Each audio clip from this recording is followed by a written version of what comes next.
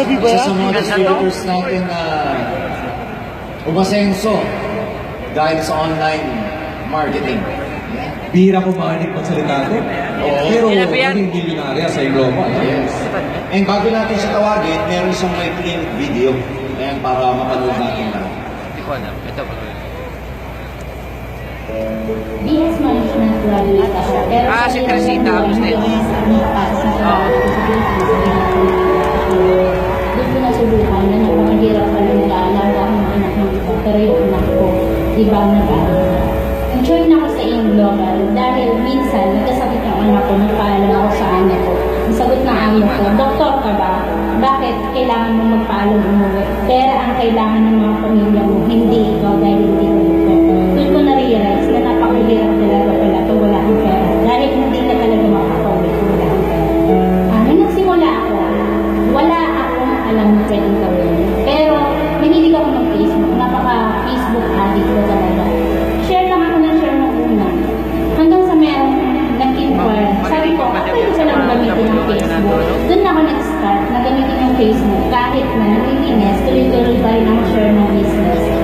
Ginagawan ko ng paraan, nagtatago ako sa CR kung nandiyan ang aming Facebook pa rin ang Facebook. Pag nakatalikot ang aming Facebook, share pa rin ako sa opportunity. Yun ang ginawa ko. Because of AIM Global, na-terminate ko yung amo ko dahil mas sinigitan na nito yung sahod ko sa abroad. Umuwi ako ng Pilipinas, agad-agad pinain yung cheque ko, worth 300,000. Nag-full time na kami mag-asawa.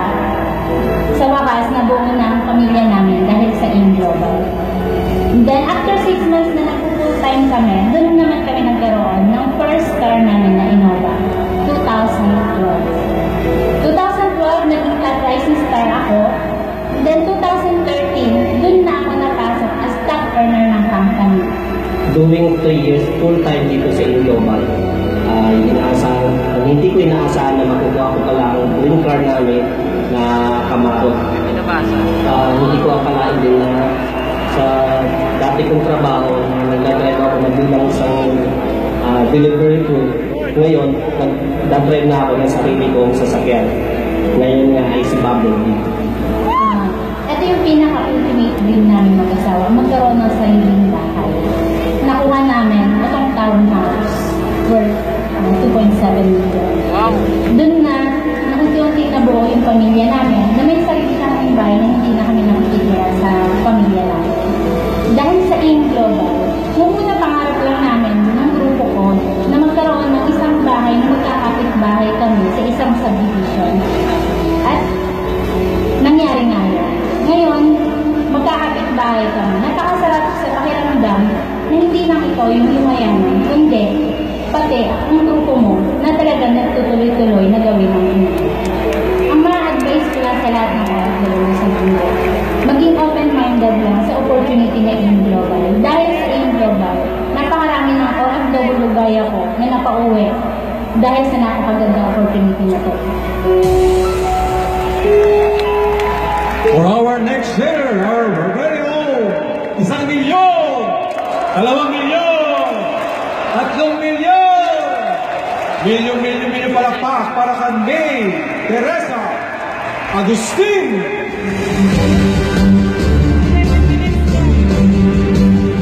Mag-delete ako.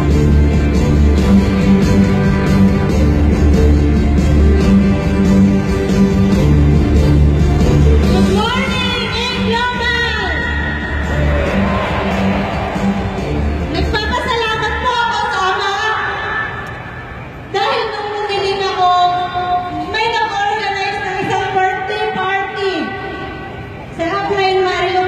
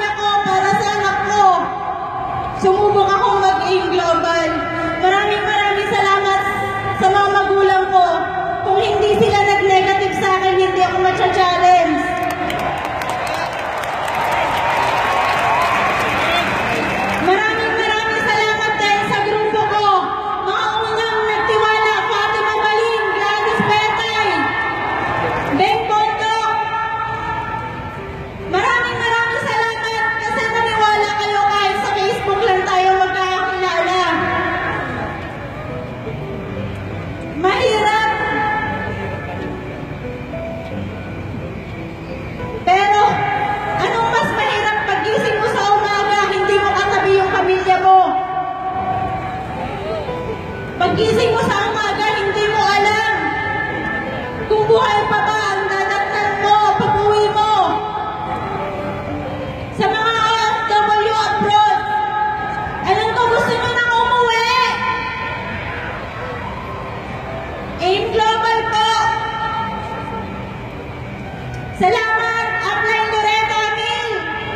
Hindi mo ako pinabayaan kasi napakahirap sa akin gawin ng AIM Global. Kahit na namamagana yung daliri mo kami Facebook. Pag nandiyan na yung amo mo, ikaw may sumasalo sa OPP natin. Salamat. Guys, totoo mahirap maging networker. Hirap po talaga. Pero mas mahirap po. Pagka may okasyon, sasabihin mo na lang sa sarili mo, happy birthday! Aarapin mo na lang yung unan. Kasi hindi mo katabi yung pamilya mo na nandiyan nagsa-celebrate para sa'yo. Yung sasabihin mo, Happy New Year, pero wala. Tumitingin ka na lang sa bintana. Guys, oo, mahirap mag-network. Pero mas mahirap talaga po ang malayo sa pamilya. Kaya ito, ginawa ko ang AIM Global. Para sa pamilya ko.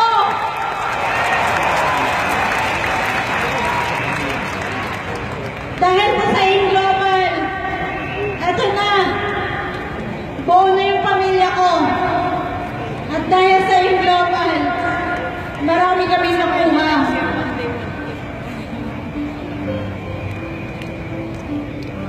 Good morning, AIM Global! Ako po pala si Darwin Agustin, dati po akong OFW. Nagpapasalamat po ako sa AIM Global. At dahil sa AIM Global, magkakasama po kami ng aking pamilya. Lalong-lalo na nakasama ko din po ang mahal ko sa buhay, pamilya ko na naiwanan, na ngayon kasama ko na sila. Mensahe ko lang po sa mga OFW katulad namin. Alam ko, mahirap ang pagiging OFW.